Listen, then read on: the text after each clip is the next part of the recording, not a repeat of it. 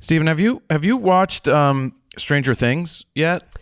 I have not watched season 4 at all. They all die. Great, thanks for ruining it for me. I haven't watched it either. I haven't jumped right on it because I don't know. It's just. Well, I was waiting until the part 2 of season 4 came out, and now that it's out, I need to really catch up. I mean, I need to go back to season 3 at this point. It's been a while. I never go back and watch anything, as you know. Well, it's nice to have a refresher, though. I guess. I mean, the best is when I watched Game of Thrones. I missed the first 4 seasons, so I just binge watched it up to season 4, caught up, and then started watching it on TV. And I'm like, I gotta wait a whole another week now. Yeah, well, man. Then you were disappointed by the final season of that waste of a season of a show terrible. that was horrible. You mean the season that I couldn't even see? It was so dark. I was be like, is anything gonna happen? Hello, Bueller? You know, the buildup of 8 seasons to kill the Night King for him to die so easily in one episode. I don't even remember how he died. Is this spoilers? I mean, Game of Thrones has been out for how long now? I think it's fine to talk about, right? You figure he's going to die at some point. Yeah. The Red Wedding, we're not talking about that, though. Whoa. I mean, everyone dies. That was the good stuff. That was the good stuff. Yeah. Well, welcome back, Steven. Yeah, it's good to be back. Good to have a voice again. You have your sexy voice back? Good to be in air conditioning. Except for it's probably not on as we're doing this, is it? My air's on, but it's really quiet. It's not a giant blower above my head like yours is. I do. I have a big blower above my head here at the factory because we've got to push a lot of air.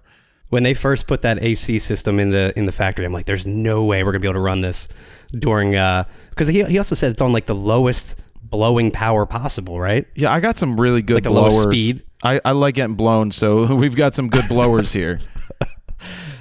Speaking of getting blown, you could totally text me. What? That's a transition. You're transitioning? No, Steven, did you just go there? I thought that's what you said. I said let's transition. I didn't say I'm going to transition. Not that there's anything wrong with that. Misheard. Totally okay with transitioning people. I sat next to a transitioning person at a wedding. Didn't even know it. So what's the big deal? And then when he told me, I was like, I wanted this because we were hanging out for like 2 days and all he wanted to do was play frisbee golf with me.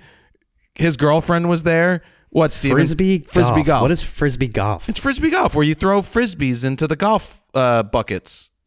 It's a big thing. Isn't it just frisbee? No. It's frisbee, and there's different types of frisbees. You've got a driver, you got a putter, you got a 4-wood iron. Never heard of that. And it's like a thing. They have them all over the parks. And you throw, and then you pick it up from where it is, and you try to throw it into this basket with chains on it. Like, it's a thing. Anyway, learn something new every day. We're sitting there at the wedding, and I'm sure he's fine. Well, I'm not going to say who the person is, so it doesn't matter. But we're sitting there, and he leans over, and he goes, "Do you know how many stalls there are in the bathroom?" And I'm like, I think there were 2 or 3, but why you just use a urinal?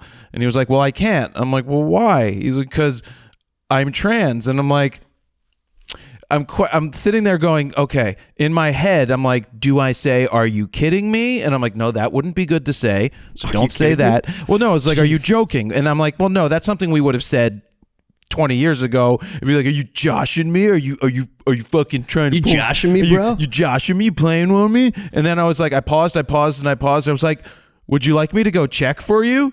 You know, I'm like, cause I'll go look. He's like, nah, no problem. I was like, okay. And that was that.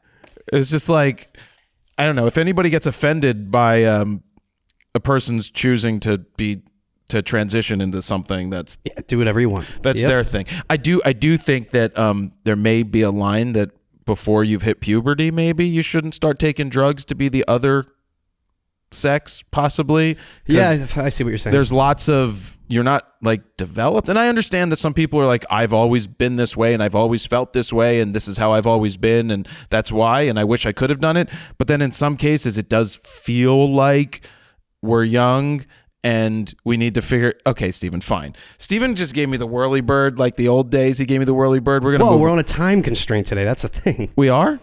You wanted to be out by 4 o'clock. It is about 3 o'clock right now. Steven. Or actually, it's 2:54, Jared. Steven, I will transition and come out whenever I feel like it, okay? I'm just saying there's 2 weeks to catch up on. That's true. Well, let's get to your Disney. That whole discussion, did I give the number? You could text me if you're offended. 313-710-9729. That's 313-710-9729. So speaking of being offended, someone did send me a text that Jesus will set me free. Yeah. Yeah, they sent me a text. That was me, Jared. And Jesus will set me free, the one Lord and Savior. And I replied back, I'm like, I'm a Jew, but on the flip side, you can believe whatever you want to believe. I can believe whatever I want to believe, but don't try to push your bullshit on me. I'm not, you know what I mean? Like, do you? Like, if you believe that Jesus is your Lord and Savior and your everything, that's cool, but don't tell me that God would save me and I need to be transitioned to be a Jesus Christ and Latter-day Saints lover. I actually ran into someone at Disney handing out these pamphlets and brochures in Disney, in the parks. Disney doesn't like that, do they? I wouldn't think they would. What did it sound like? Tell me. No, they literally just handed it to me and like said nothing. And I was like, okay. And I felt I didn't know what to do with it. I'm like, Steven, this is what you do. I'm like, I can't just throw it out. No, as you're walking. But I don't have a book bag either. No, as you're walking away, you stop after you look at it, you turn, you transition, you wind up, and you throw and hit them in the back of the head. You say, I don't want your damn book. I can't imagine the amount of money being wasted. I mean, I can't say wasted, I guess, because to them it's not. It's not wasted. Jesus, I know. It's just I feel bad throwing that stuff out. Speaking of Disney, Steven, how was Disney? Was it the best? Was it the best honeymoon you could have imagined? Disney was brutally hot. It was insanely hot. I mean, it's June in Florida. What do you expect? But well, whose choice was it to go to Disney, Steven? Well, it was both of our choices, but what we were initially going to do, we're planning this out obviously during the pandemic. This is about a year ago, so we wanted to do, say, a weekend in Disney and then go to an all-inclusive for about a week, but everything kind of fell through because everything started shutting down again. So we're like, all right, let's just do Disney for an extended period of time, and we'll one day maybe go on another vacation. Obviously, we had to pick in the summertime because my wife she's a teacher, so she really only has the summertime off. So either you pick June or, August, where it's even worse. So we ended up picking late June. That was really the only option. And yeah, it was just really hot. And you know me, I do not do well in the heat at all. No, and then add Disney on top of that, it's even worse. It's two strikes. Well, the worst is when you leave your hotel room and it's 90 degrees out with 100% humidity and it's only like 8 a.m. and you're already profusely sweating, which was me every day. That makes for a good, fun day of waiting in line and being at parks. So the thing is, they have the new Genie Pass, which replaced the Fast Pass thing that they did before, where you would get about 3 a day where you can skip the line and do the Fast Pass service. Now you get the Lightning line. And we were grandfathered in with this service, so we could pick as many as we wanted a day. It's a service you pay for. How much is this service, you privileged person? I want to say it's my honeymoon, and we're going to actually pay some money for it. I want to say it was $50 or $50 maybe under. No, for like the whole week. But that's nothing, Steven. Do you know who I am? Yes. It was well worth it, whatever it was. Is it less than a preset Fro-Pack triple play bundle? I think it is, yes. Then you're okay. So, well worth it. And we ended up basically riding all the rides we wanted to do by like noon every day. And we didn't have to wait in line at all because you basically book it like, oh, okay, 1 o'clock, we can do the Lightning Lane at the new Galaxy, Guardians of the Galaxy ride. And we can go right there, right inside, not wait at all, ride the ride, be done. I only waited in one line, and that was for It's a Bug's Life, the Bug's Life show at Animal Kingdom, because it's 10 minutes and it's a show. So it wasn't bad waiting in line. Plus you're under shade. But yeah, besides that, I didn't wait in any lines. So it really wasn't that bad. We were only outside for maybe 5-10 minutes at a time before we went inside to ride a ride or do whatever. And then at certain points, I just embraced the heat, man. It's brutal. I would just get some beer and wrap myself with like a wet cloth and get a fan and walk around that way.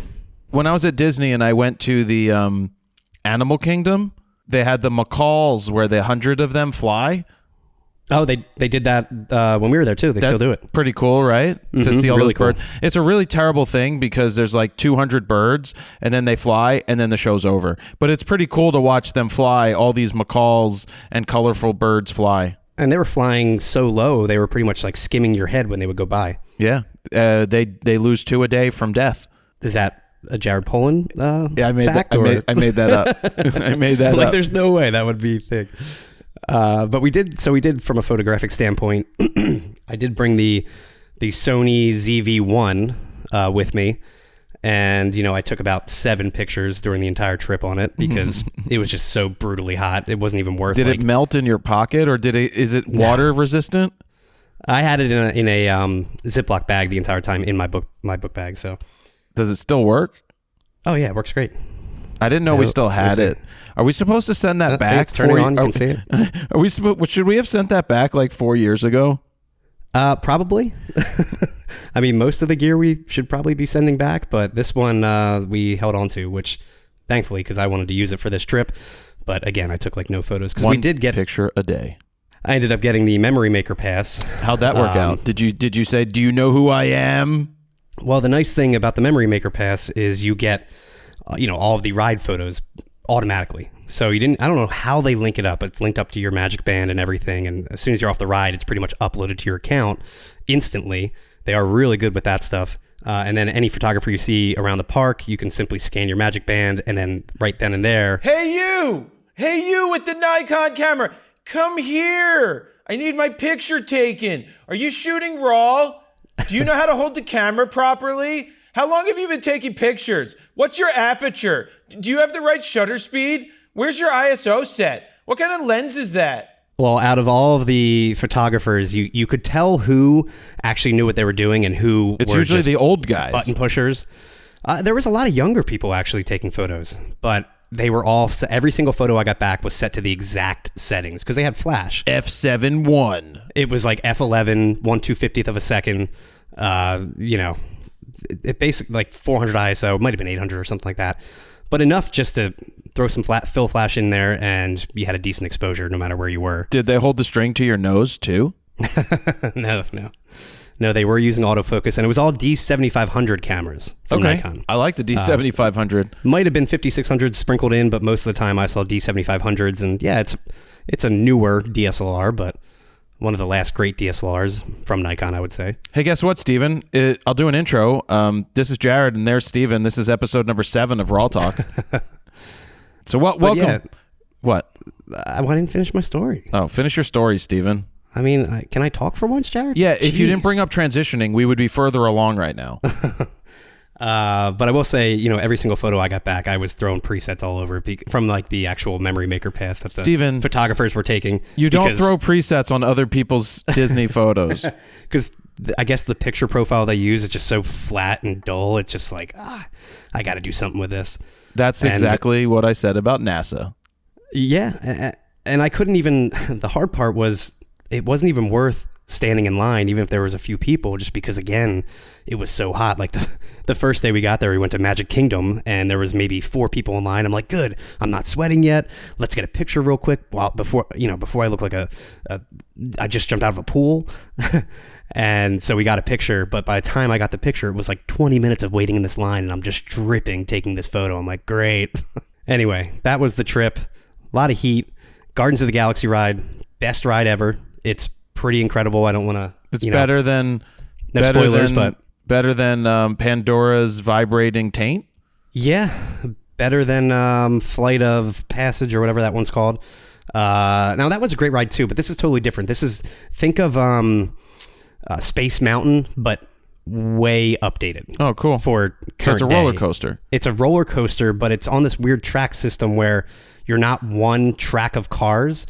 You start with one track, and then all of a sudden you split off, and you're kind of your car can go like 360 as you're going around this roller coaster. It's really incredible. Sounds like fun. Yeah. Anyway, Steven, welcome to RAWtalk. Yeah, welcome to. I keep calling it Fix every time I text you. You're like, what did you say? You said, when are we doing Fix? I'm like, what do you mean? We already posted it. I mistake things these days easily. And you're like, you didn't know I was talking about RAWtalk? I'm like, no. So how did I know that? Well, here's a little rundown of what we're going to do. We're going to talk about some books I picked up. We're going to talk about the James Webb Telescope. We're going to talk about some Nikon rumor story about autofocus and the Z9 versus the Z6 II.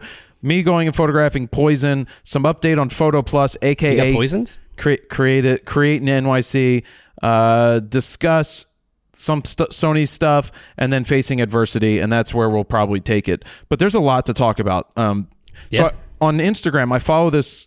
I always want to call it like a vintage store, but it's more like an antique store. But that it's called Jinxed, and they do very well on Instagram because they have a big following of locals, and they have 3 or 4 stores around here. And what they do is they post things for sale. So I was looking at Instagram, and they had a picture of a lamp, and this lamp was for sale. And below the lamp was a book, and the book said Karsh Portfolio, and I was like, oh. So I called them, or I sent them a message. I'm like, is that book for sale? They're like, we think so. Give a call over to the Fishtown store. So I called over to the Fishtown store when they opened, and they did have that book, and they put it aside for me. Is it essentially everything in the store for sale? Well, everything's for sale in the store, but they also have signs that say, we do not haggle. Don't even ask. And I'm like, fuck but your Jared, sign. You don't haggle. No, first off, fuck your sign, because this is how antiquing works. You know, you it's a garage sale. It's a garage sale, but they don't like it, and they get offended by it. And I'm like, well, you could take your offending fucking bullshit and shove it up your ass, you hipster scum. They're literally just making up prices randomly. They are making up prices randomly. You know, they're not actually looking up this stuff. No. They're just like, $30. But of course, I have the option of not shopping there and not getting the product that I want. So anyway, I get back around 5:30. They close at 6, and they had it on hold. So I went there, and I decided to check the shelf for more where the books are to see maybe something else is there. And I come across 3 other Josef Karsh books. One was another portfolio, one was something else, and then one was like falling apart because it was off the binding completely. Oh, wow. And Karsh is one of my favorite portrait photographers. Not favorite, but he was an early portrait photographer who was really freaking good. Like, really good with what he did. Born in Ottawa, died in Boston or something like that. So I go to the front. I'm like, now I've got 4 books, and normally they're $24 a piece. So she's like, I'll knock X amount off, and they'll be $20. I'm like, well, this book is totally falling apart. And she looked at me. She was like, I already gave you a discount. And I'm like, you already gave me a discount. Good for you. I'm like, it's falling apart. I'm like, no one else is going to buy this thing. And then I'm like, well, you know, I'm sure you have a sign here that says don't haggle, but I don't care. And they just look at you like, how dare you? How dare you ask me for a lesser price? How dare you? So it was $80 for all of them. But wow, my other that's thinking, a lot. Well, it's 4 books, $20 a piece. My other thinking, though, almost falling apart. Well, some of them, right? I didn't need to take them. Sure. But my thinking, my brain went to this. I'm like, earlier in the day, and I didn't say this, but I called. They went, checked to see if that one particular book was there, put it aside. You would think that a good employee, a good salesperson would have checked and would have been like, you know what? There's 3 other books from Karsh. Would you like to put those aside as well? Yeah, I will say their inventory is probably massive, though. They were I'm sure all they don't right know. next to each other on the shelf. Oh, well, that's a different story. So that's where my brain goes. Like, you should have been like, hey, man. I'm pretty sure the Jinx employees do not care. No, they really don't care. They really don't care. And then they got to deal with someone like me. They'd rather you not come in. So anyway, I got these 4 books home. Couple of them, one's falling apart. It's like a original printing in 1960 something. Then Wow. the second printing was the one that was in the picture. Then I opened another one which was missing the spine cover, but it was still all in one piece mostly. And then I open up the last book, and I'm like, look at that, it's signed. It's a personal signed Josef Karsh book to me from 1973. He's like, dear future Jared, dear future Jared, you will be born many years from now.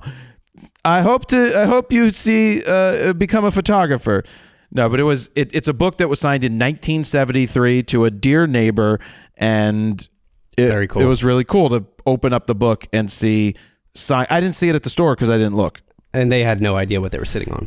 No, and I don't collect to like this goes on my bookshelf because I like these photo books, and I don't have any original Josef Karsh books. But I don't care. I'm not a collector of that I'm looking to sell this stuff, and just because I have an autograph. But this is the second time I have an autographed book. The first one was Arnold Newman, was a cool Arnold Newman book, and I really like Arnold Newman's work.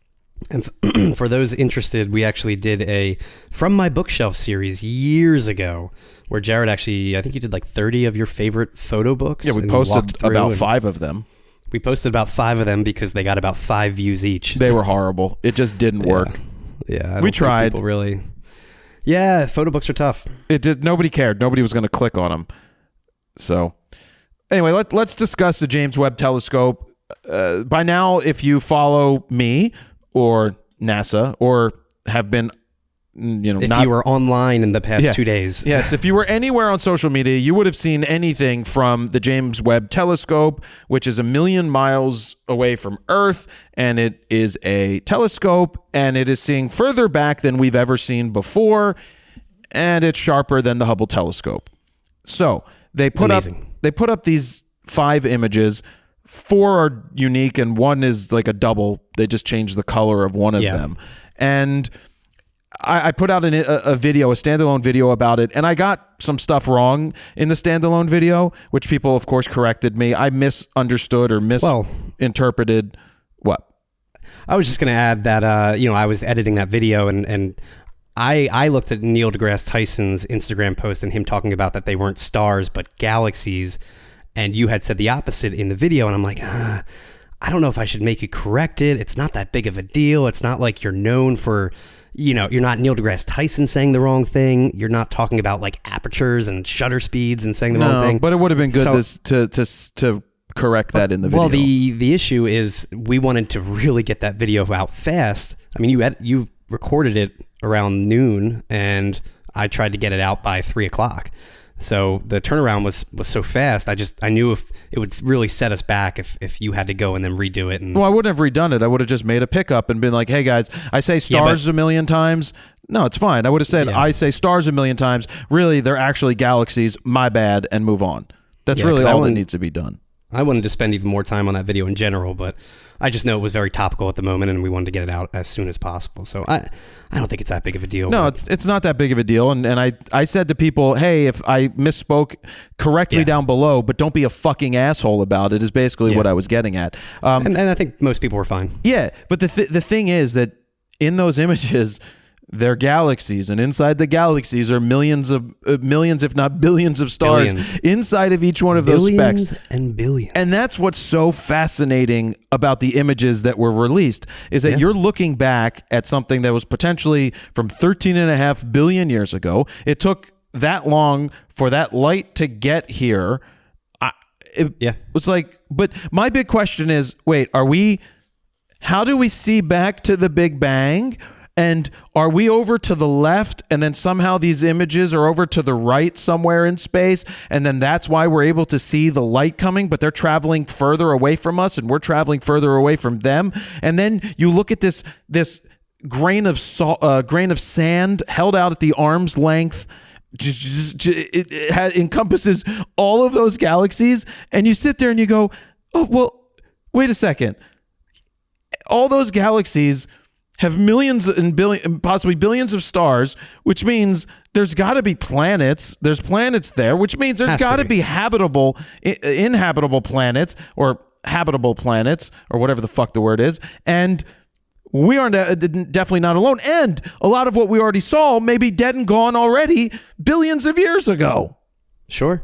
I mean, I can't even begin to wrap my head around any of those images. And it all comes back to, it stems from that, like the pale blue dot photo that's so iconic. And you just see how tiny Earth is in the vast universe. And that's only a small snapshot of the universe. Yeah.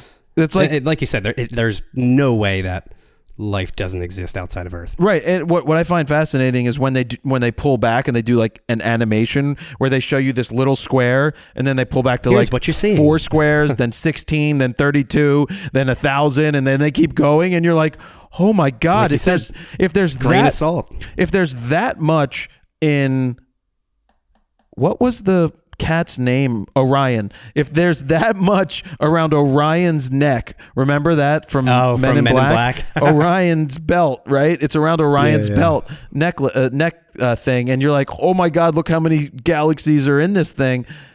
If there's that many in that small space, it's just mind-boggling how insane. You can't wrap your head around it, but it's fascinating, and the images looked incredible. Now, the images looked flat to me when I got them. They really did. The first thing I noticed when I downloaded the images were how flat they were, and the first thing I did was throw Skittles on it, and I was like, actually, who edited these? A noob in Photoshop? The first thing I did was no contrast. Well, the first thing I did was try to edit it my way by crushing the blacks, but then that's where you actually lose stars and galaxies. But when I put Skittles on there, you didn't lose them, and it pumped everything up, and it made it look amazing. You're welcome. Yeah, Skittles for the win on that. And then people were like, you don't edit NASA's photos with fucking presets, you dick. Who do you think you are? I'm like, do you not understand? How dare you? How dare you? We need a drop, right? we need the drop from. We don't have. We got to get that new Rodecaster Pro 2 board so we can just start doing all kinds of sound effects and stuff. Let me. I'll make a note. Make a note to email Jeff again to see if for real. Make a note. Not draw on your hand with a fake Disney freaking finger like your imagination. So. Where was I going? While you make a note, I forgot. Presets. How dare you edit presets? Edit with presets. Yeah. So the way that NASA does it is, I believe the telescope is infrared, so it's not like it actually sees color. So they take the RGB and whatever spectrums they get, and they start adding their own colors the way that they think it should be, and then they put it all together and they get a color image. It's a idea. It's mostly science with some art added to it for the color, because they don't know that these are the colors of the universe. They don't know what it looks like. It's like dinosaurs. They don't know what the color of the dinosaur was. They just take their best guess. And so... Wait, Jurassic Park wasn't real? It was real, Stephen. So I put Skittles on it. And then, of course, when I make the video, I didn't promote Skittles for sale. I said that I'm using Skittles, and I even said that this isn't a plug for Skittles. It just so happens to really work. And I wonder what would have happened if I actually did mention it, Stephen. We had almost double the sales that we normally have for 2 days in a row for presets, and I didn't even mention it in there. Like, as go to this link. I mentioned Skittles as a preset, but I didn't say go to this link and buy it. Yeah, I mean, I don't.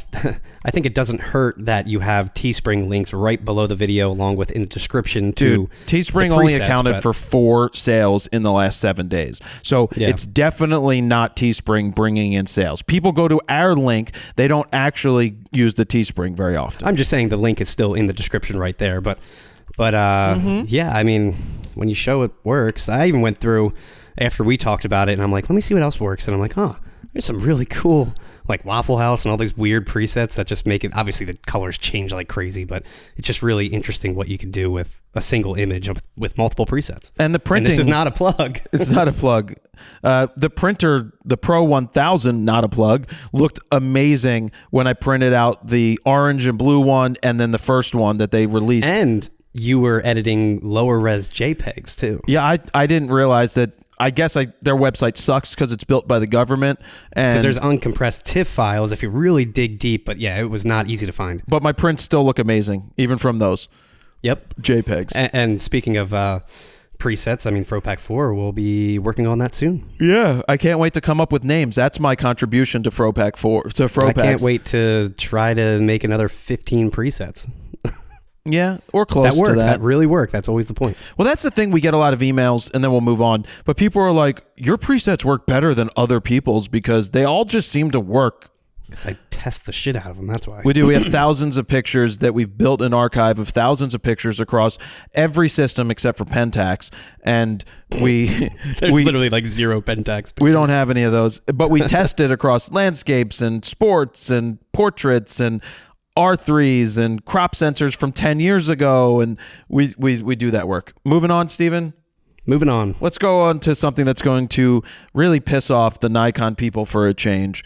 The other day, Nikon Rumors posted, not a rumor, that there was this guy, Darius Bress, who did a test where he took his Z9 and he took his Z6 II and he took the F to Z version 2 adapter and a 300-2.8 version 2 VR lens, and showed the top of the lens where you can see the little window where the focus is moving, and showed this focus speed, that the Z6 II's focus speed was far slower than the Z9's focusing speed. Now we've definitely never said that before. We've said it. I've said it for a long time, that I noticed that adapted lenses just don't have the speed on the Z6 and Z7 and Z6 and Z7 IIs.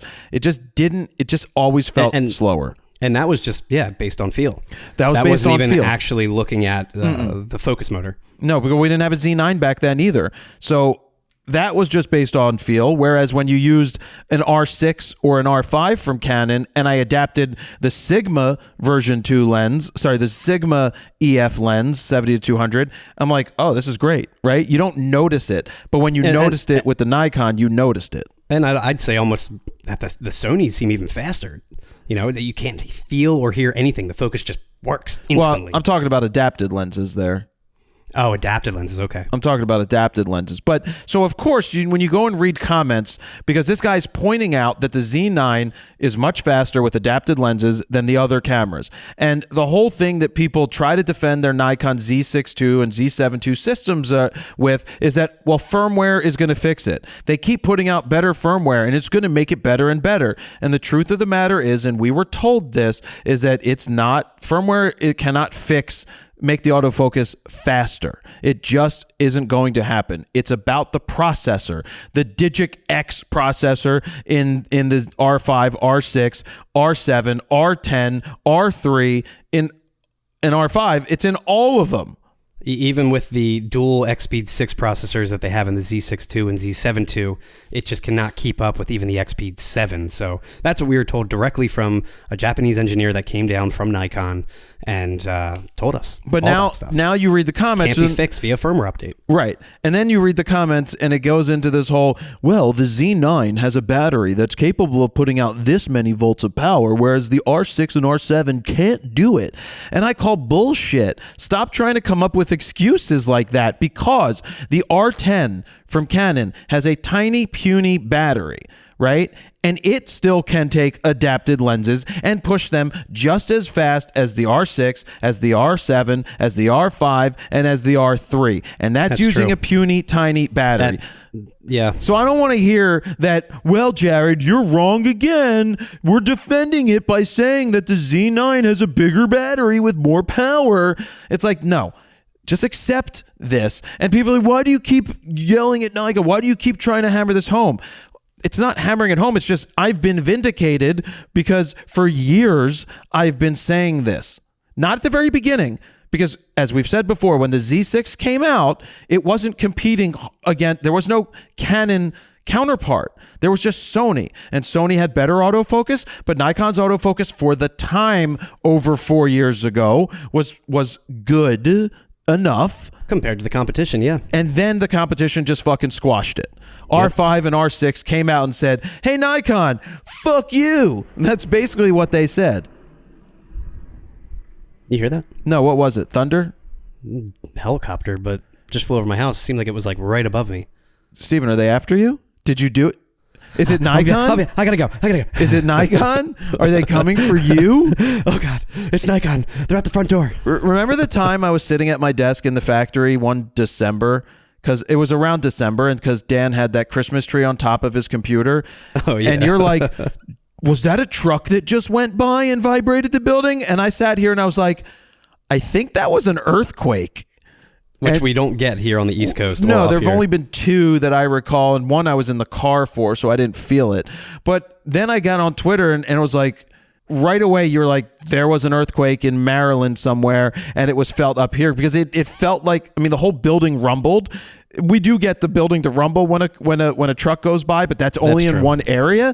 But it was the whole building shook, and I was like, I think that was an earthquake. And it was. I remember we looked back at the security camera footage and you just see me looking around like at the ceiling. I'm like, what is going on? Yeah, as Dan's Christmas tree was shaking on top of the thing. And Dan's like, I don't feel anything. I'm like, the whole building is shaking. Yeah. And back to the battery thing. I'm looking up some stuff on the side, but it looks like the Canon takes the LPE17. It's that tiny battery the R10 takes, which I believe the M series line of cameras takes too, like the M5, M6.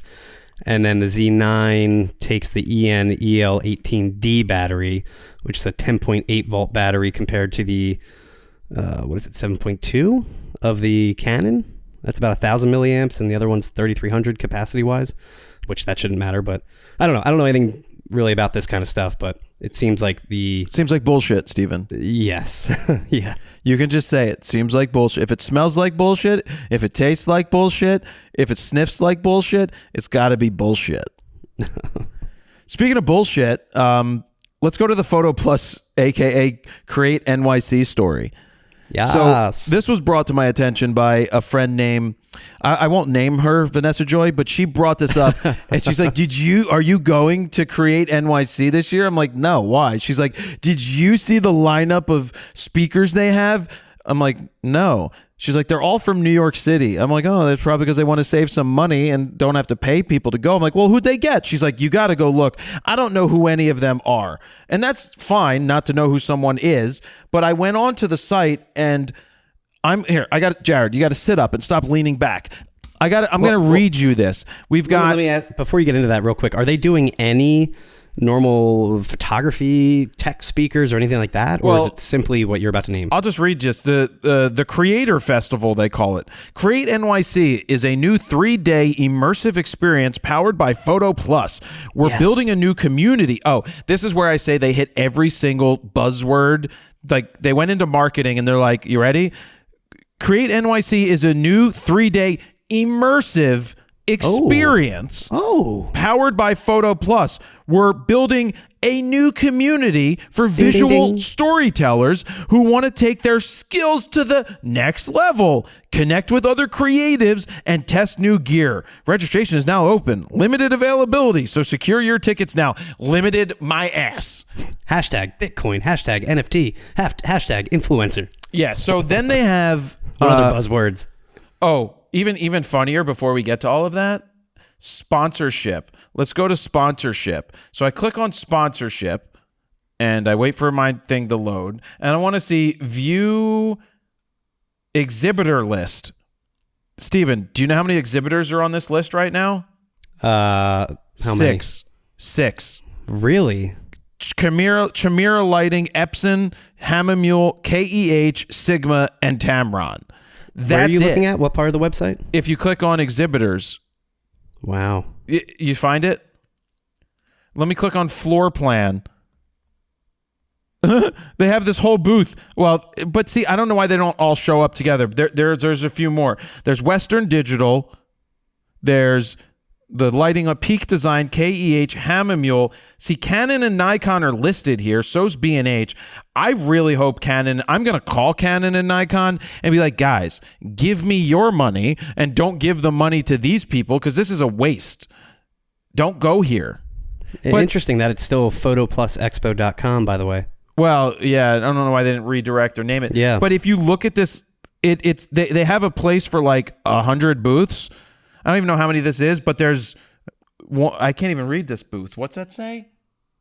Sound Studio, Sealed Digital. Oh, okay. Anyway, it's really stupid. I don't know why it only lists these 1, 2, 3, 4, 5, 6 here. But when I click on N, there is no N. You can't click on Nikon. When I click on C, it just comes up with Chimera Lighting. So I don't know that Nikon. Actually, I'm going to send a text right now to someone at Canon and ask if they're doing the Photo Plus and see what they say.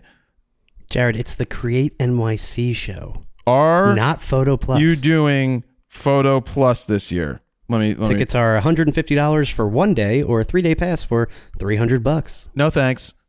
I'm good. So let me go back to the creators. And this is like, I'm not saying anything about these creators other than I don't know any of them. But when I click on view all, we've got someone, the Changemakers is starting. We've got Charlotte Clymer, writer, LGBTQIA plus activist, former press secretary for the Human Rights Campaign.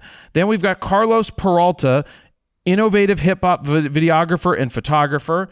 Then we've got Jennifer Reeder, renowned artist, filmmaker, and screenwriter, director of Knives and Skin. Don't know her. Oh, there's more about her. Jennifer was recently named by Bong Joon-ho. Oh, that's Bong Joon-ho. He's the one who did Parasite. Oh. Yeah. Filmmakers to watch in 2020. She constructs personal fictions. I don't care. What's that have to do with Photo Plus? Then we're going to go down to social influencers. Cameron Agee, TikTok influencer and viral dance trend creator.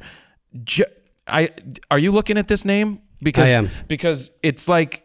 It's not Jared. It's not Jaired. I bet you it's Jared, but I want to do it Aaron style.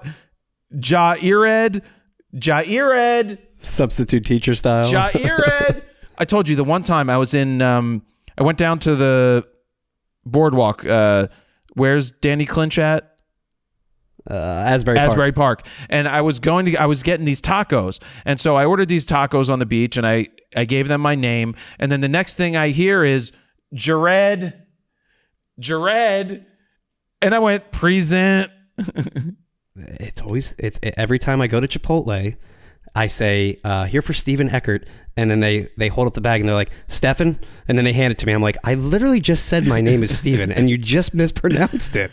All right. Did you not hear me? So I'm not going to worry about their names. I'm just going to read this one. Professional dancer and viral TikTok dance creator. Next, professional dancer and choreographer. Collabs include BTS and Becky G. Next one, TikTok creator and personal dancer, comedian and trend producer. And you can tell all of these influencers are clearly, I would say, age range from like 16 to like mid 20s. I mean, they're probably huge on TikTok. I guarantee it. Then we've got TikTok dancer and mental health influencer. TikTok dancer and creator advocate. Then we got TikTok originator and culture shaper, queen of woe. And then the last one, professional dancer, TikTok dancer creator, featured on NPC's Dancing with Myself. Could you imagine going around and telling people you're a TikTok dancer? I mean, then again, I guess back in the day, if you went around and said you're a YouTuber, they're like, what? YouTuber? Sure, I have no problem with it. When you go and see people that watch your dances on TikTok, I mean, what do you do? When they're on stage, are they going to be dancing? What does this have to do with Photo Plus? So... Well, yeah, I agree, but it's also like not Photo Plus anymore. No, it sounds like they're trying to be VidCon. Because it says Create NYC, but it says powered by Photo Plus. Right. Well, here, let's read why to attend, Stephen. Oh. Create NYC is a new chapter, a festival-like experience for visual creators and brands of all brands at the forefront of image culture. You mean bullshit culture? Where a diverse, influential, and talented group of visual creators will converge to form a new emerging creative community. To level up your imaging skills in unforgettable, immersive experiences, to test gear and connect with brands and game-changing creators to discuss, learn, create, and reframe image making. The age demographic of Photo Plus attendees was obviously a little older. I can't imagine a Photo Plus attendee going to this and be like, what the fuck did you do to this show? Not that there should be shows because they're garbage anymore. Well, I'm looking at the FAQ section and it says, what happened to Photo Plus as one of the questions. And it says, Photo Plus has morphed into Create NYC, changing the event from a trade show style format to a unique festival experience for all types of content creators. And they also moved. They're not at the Javits Center anymore. No, they're at some Dougal greenhouse. The Duggar greenhouse. The Dougal greenhouse. The perfect space to do that, allowing for intimate, creative, and immersive experiences and education. See, my thing is, this is not a photocentric style event at all. If anything, it's the opposite. It's video. And it's, to me, how to be a influencer, which, hey, that is the hot thing on the streets these days, you know. But... It's not even close to what Photo Plus was. Steven, I've told you a million times, I was born an influencer because when I was 5 in Montessori school, and I was there, and they said, what do you want to be when you grow up? They were telling, all the other kids were like, I want to be a fireman. And then the girl would be like, I want to be a nurse. And then another girl was like, I want to be president. And they're like, you can't be president. You're a girl. Ha! I just made that one up. Then they get to me and they're like, what do you want to be when you grow up, little boy? I'm like, I want to be big on the internet. And they're like, what's the internet? And I go, exactly. You'll see. Jared Polin, Frono's photo. And they're like, what is wrong with you, kid? The internet. That's funny. Anyway, those are the creators that they have. Nothing against the people that they picked. I'm just reading that it makes no sense that they're all TikTok dancers. I'm just surprised they did such an extreme move in 1 year. I thought they would maybe gradually change into this influencer style event where maybe they could morph both worlds, have some of the professional photographers, someone like Vanessa Joy speaking, all of them, and then still have the younger type of demographic coming in from these influencers instead of having the entire thing be that centric. What's a joke is they're like, create stage featuring top creative minds in photo, film, culture, and more. And then they finish with lots of time to unwind at the end of the day at the beer garden. My take on hanging out and the culture that has gone to alcohol and drugs as being like a main thing that you should be doing. I don't do any of it. And it kind of annoys me that everything is built around drugs and alcohol now. Well, I agree. And don't get me wrong, I do love my beer. But I almost think that the demographic they're going for might not even be old enough to be drinking at this beer garden. That's a good point, Steven. But who knows? I mean, maybe, I don't know how TikTok, it's all over the place. You've got people like my wife who are obsessed with it. Gary V's on she's TikTok. Not 18 years old. So I don't know, maybe it's not geared towards teenagers like I think it is. Well, Gary V will yell at you and say, if you are one of those who think that TikTok is just for little kids, you are mistaken and you should be there. But I think TikTok dancers are more for little kids. Correct. Is my thing. Yes, frame it and not be so general and say that the entire thing. I don't think there's much value in Charlie D'Amelio. I watch her dance. Sorry, I actually watch her all the time on TikTok. She's my number one favorite. She's watchable. Your only subscriber follower. Yeah, that's who I follow. But you look at her dancing and you're like, this isn't dancing. This is a girl moving, and that's not dancing. And then you look at these other dancers on Instagram or TikTok and you're like, damn, these people actually know how to dance. And you're like, that's dancing. What she's doing is just gyrating and somehow got big, and they turned it into an awesome business. Yeah. All right, enough of that. She really has. I will not be going, I repeat, I will not be going to Create NYC, even if they invited me to speak, because I would get up there and be like, guys, I'm not on TikTok. They'd be like, people watching be like, who is this hairy guy? I never heard of him on TikTok. But that's the thing, is everything's geared around TikTok. Why didn't they also choose Instagram and all of the other social media platforms? And maybe they have no money to bring anybody there to speak, so they look for local people in New York and give them a platform. Yeah, I guess. I told Canon they should pull out if they were going. Are they going? I think they're on the list as of now, but it would just be honestly a waste of money. This is going to be a terrible show in a terrible location that's impossible to reach. I mean, then again, you do have now an audience to pitch, something like the R10, and if you're Nikon, something like the Z30, Sony, the ZV-E10. I don't know. Terrible. Maybe it's not a bad thing for them, but... What questions do you have about Poison and me shooting Poison? Well, I was away when you were doing that, I believe. Yeah, I didn't even tell you that I got Dan special tickets. Well, Dan told me. He did tell me before I left. He said, you got tickets, and that's when I went on to tell him. I worked in radio for how many years, so we would always get comped tickets, and the comped tickets were always like the first 3 rows, or it was always like the best seat. It was about row 12. It was very close, yes. And especially when you're in an arena like that, or a stadium. Baseball stadium. A baseball stadium. He was, 30 feet from the stage? Well, he was even closer to the catwalk part of the stage, too. Yeah. That was super close. I don't know. My question is, just like the title says, how was it photographing in front of 50,000 people? Fine.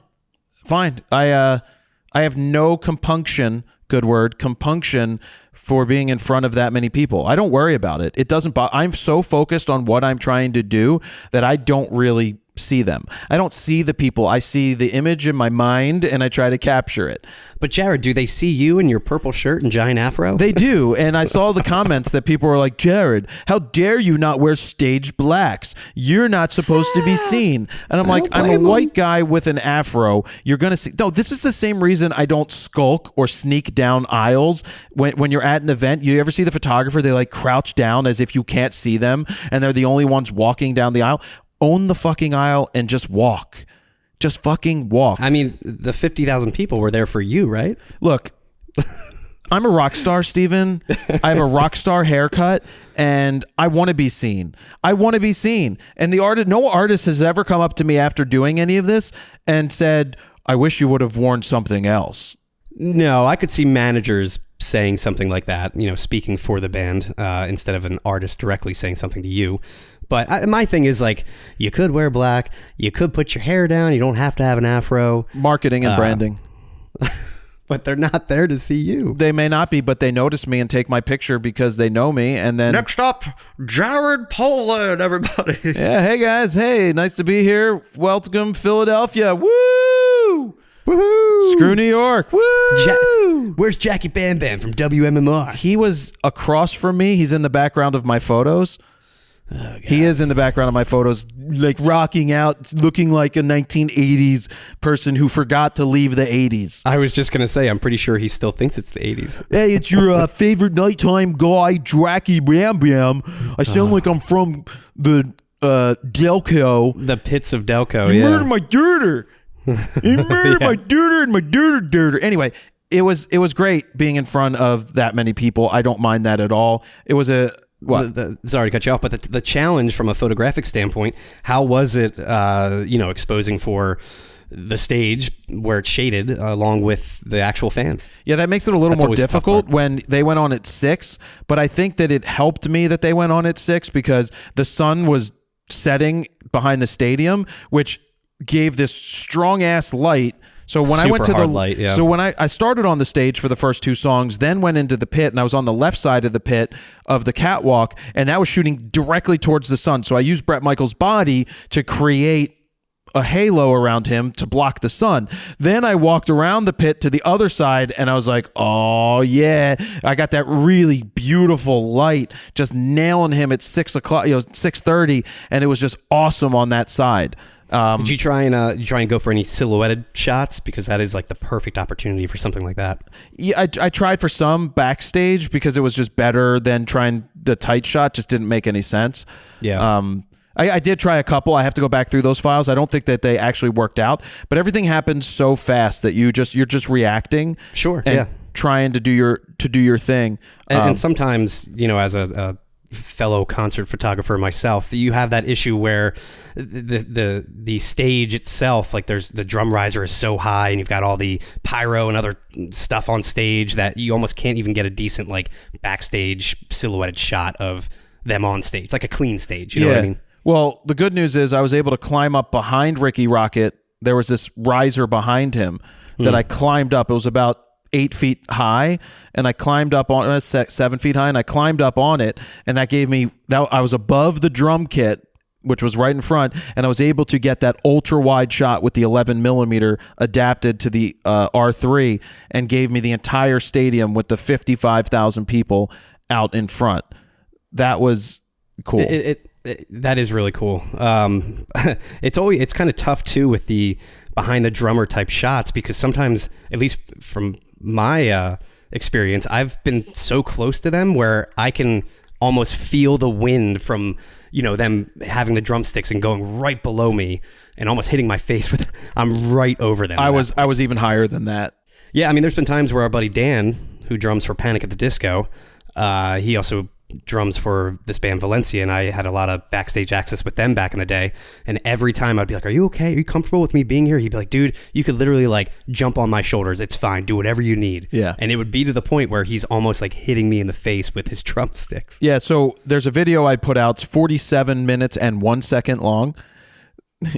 to be exact. I had to add the extra second, remember? I know you had to add the extra second when we re-uploaded it, but it's 47 minutes and 1 second of me basically sharing what other photographers will never share. Other professional photographers never show you how the bread is made. They don't show you how the cake is baked. They don't show you how the baby's made. They don't show you how the ice cream is churned and the butter is churned. They don't show you this stuff where I go through, I took like 20-some hundred photos and I culled it down to like 112 or something. So we went through the images and I showed you why I picked this image over this image and why I'm getting rid of this one and how I narrowed it down. And then I narrowed it down even further to the best of the best, and I explain it all. That's the stuff that I find to be the most informative and educational. The unfortunate part is I would love to have more people watch it, the people that are like, all you do is talk about gear. You never teach us. And it's like you try to teach, but not everybody sees it because you can't clickbait it into such a way that people are going to see it. But it's over 40,000 views. This is why I'm going to put out a video guide that comprises of at least 10 other photo shoots plus real photo shoots, because people are going to pay for it and they're going to see the value of it, and that's why they're going to buy it. And I think those videos are so important because it really is what separates you from a snapshot photographer that just puts out every single image they took that day, and you end up getting 8,000 photos from the day instead of having 50 of the best, and then you really see the photographer in another light and you're like, wow, they really did great stuff. All these photos are amazing, instead of having 7,000 photos being shit and 100 being great. That's not the thing you should do. And I made a whole video about this. We did a culling down video. Yep. Your best of the best with honors, sir. It's called This Needs to Be Said. Oh, that was a good title. Crushed it. I think it did 100,000 views or so. I think those videos are so important because, again, you can be a great photographer, but if you don't know how to cull down and deliver the right amount of images, then people won't see it. And that's my hopes with this poison video, is so you can see that it does take time to do the work. And if you think it doesn't take time, then you're not going to be successful. If you think that it should all be quick, like a TikTok, then you're most likely not going to succeed at it. And if it's a really important photo shoot, I'll even take an extra day and come back with fresh eyes just to make sure I did pick the absolute best of the best. These eyes have cried 1,000 times. He's like Jimmy's brother. He's like a songbird. He sings like a bird. All right, let's move on to the last thing and talk about Sony in general, the A7R5. What do you want to talk about, Steven?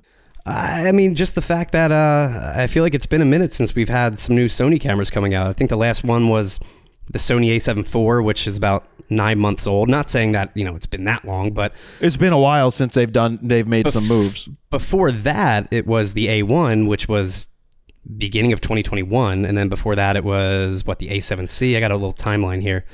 And then the A7S III was in 2020 in July. And yeah, APS-C wise, it's been a really long time since they updated that lineup, minus the ZV-E10, which I consider more of a Frankenstein camera, and not built from the ground up. But yeah, I mean, the A7 IV is definitely in need of a refresh at this point. Sony has definitely lost some of its luster with a lot of the pros, because they've taken a while to come out with glass. They haven't really hit back with a lot of pro glass. Yes, they finally came out with the 24-70 2.8. They have the 12-24 f4 2.8, which I'd love on a Canon front. They have the 135, but they haven't filled in with 85 1.2s. They don't have a 35 1.2. Not that anybody does other than Sigma, but they just haven't, in my opinion, they've taken a wait and see approach for a lot of things, and I'm curious if the Sony camera division has taken a back seat to video games, because they still struggle. They still struggle to get the PlayStation 5 out into the world, and they make their money from PlayStations. They make their money from making sensors for cell phones. And aren't they catering now towards the PlayStation with the chips and all of that? I believe so.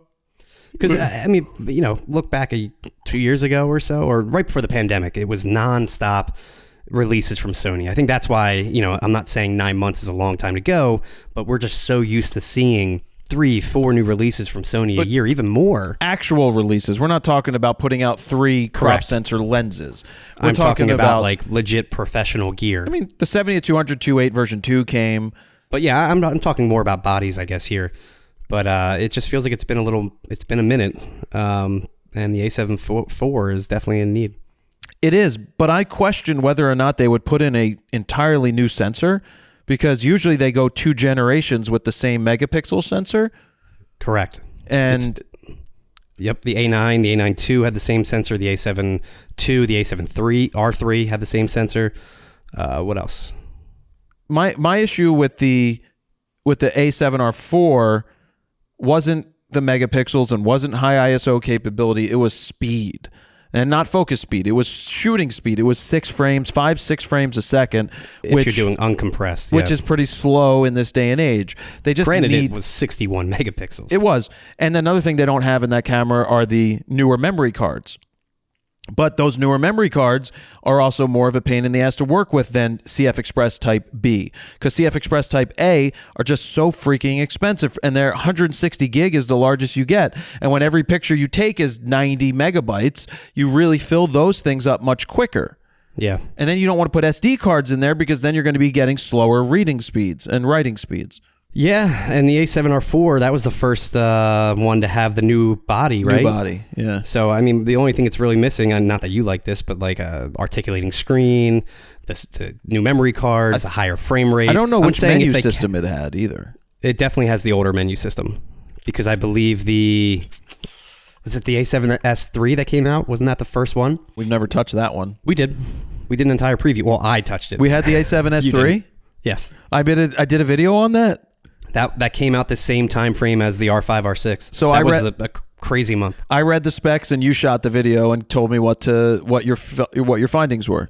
Basically, yeah. Oh, okay. Yeah, I'm pretty sure you said that in the video too. I mean, I absolutely would have said it in the video.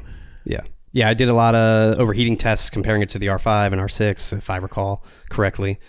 But yeah, it's a nice little camera too. Yeah. I don't know what they're going to do. Well, and I don't know what the rumor sites say exactly. I know you're more up to date on the news these days than I am. But what are they saying about the A7R5? Is it coming out soon? Well, they said the rumor site says they think it will be available in October, being announced in August or September. And then the wild rumor was that it's 90 plus megapixels. Okay. And that's why I question, would they go to more megapixels? Would they already go to a new sensor? Because usually they stick to 2 generations and they just tweak the sensor. Yeah, and now 50 is so close to 60. I mean, you really need to jump up. But that A1 is still very nice of a camera. It's a great all-around camera. My hope for Sony is that they listen to some pros and make bodies for pros, because their bodies though their bodies feel a hell of a lot better than the A9 original and then the A7 III. The bodies do feel better, but when you've been using an R3 for as long as I have now, for the last while, the R3 just feels great in the hands versus that. The better shutter. Nikon's got a very good shutter button as well. That feels good. Yeah. And I bring that up because with the A1 shooting at 20 frames a second, I cannot shoot just 1 frame. But with an R3 that shoots 30 frames a second, I can shoot 1 frame. Even if you're in continuous high, if I'm in continuous high, second. Yeah. I can still do it. Yeah, it's not as sensitive, I guess, as the A1, where it's just like, I meant to take 1 picture. It's taking 300-400 megabytes every time. Yeah, all I want, same thing as you, is a built-in vertical grip flagship body. Yeah. At least give me the option. Give me the option. Guys, text us, 313-710-9729. We want to hear hashtag 007 or RAWtalk7 what you think. If you're offended, we love hearing from you, because I'll probably read it on air why you're offended, and I'll probably share it with the world. Post it all over my social media for the entire world to see. Oh, there's been some good comment replies lately, Steven. Yeah, I see them all. Let me take a look. What were some of them? I keep getting this one reply from you. You're telling me that I want a giveaway and I should go on Telegram and WhatsApp to give you a bunch of money. I don't know. Why do you keep replying to me that way? Yeah, Steven, that's me. All right, 1 week ago. At least you could have gotten a real FM2 for the people to see similarities. I'm just reading these. Not showing some F model with no much relevance. Cool. You could have bought both cameras and done a video yourself too. That's funny. Wait, what video are they talking about? I don't remember what video they were talking about at the time. I don't know. I don't remember, actually. Next comment. This is not 5 minutes ago. This was 3 days ago. So basically, this is a preset ad. The pics are meh at best, but it's comforting to think that if Jared can do it, then anybody can do it. Oh. This was about the Poison shoot. Yeah, the Poison shoot was one big sponsored video for my presets, which just because I mentioned it's a 47-minute and 1 second video. We did a plug for presets that was probably about 60 seconds or less. We did a Squarespace plug that was 60 seconds or less. There may have been other stuff. Fuck you. My reply to him, thanks, Paul. Glad that's your takeaway. How are your shots in front of 55,000 people? ? Ooh, burn. All right. I mean, they have to understand, too, when you're doing this culling down video, the reason you were bringing up some of the presets, for example, Silvertide, you specifically say, like, I didn't want to go black and white, but I didn't want to go color, and Silvertide was kind of like that in-between where you liked it. It's not like you're, like, pitching it to sell at that point. We use it, you're just literally going through that you use your own presets. All right, 2 days ago, this is in reference to NASA. No way this guy didn't just put one of his presets over images of NASA ... My reply, no way he did ... Oh yeah, I did. I definitely knew you were going to get a bunch of backlash from that. Yeah. And you did. Next, God created this ... Enough said. My reply, prove it. Science, prove it. If God existed, if God created this, prove it.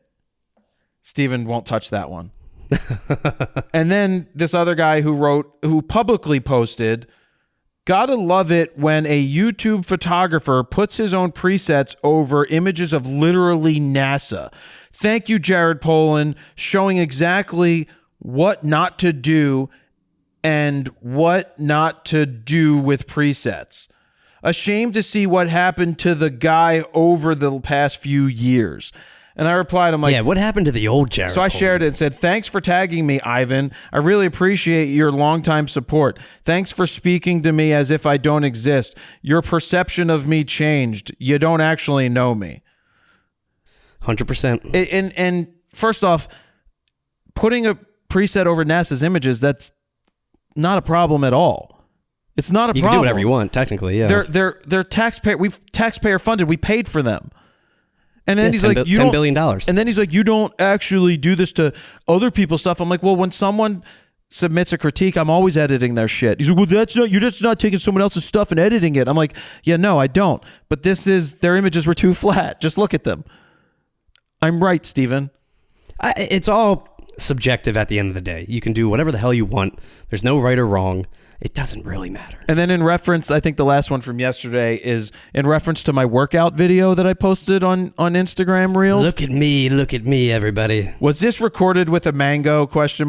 My answer, coconut. And that's all I got to say today, Steven. So what do you do? You tell your trainer, you're like, hey, can you film me real quick? Hold on, just wait till I get the perfect pump and then film me. No, I was just like, we need to film this today. Or is he like, hey, let me film this? No, I was like, hey, can we film this today? Because I took my shirt off because we worked out at 4 PM, which is when I never work out. I'm shocked you haven't done like a live Instagram stream of you working out. I did at the beginning of the pandemic. I knew it.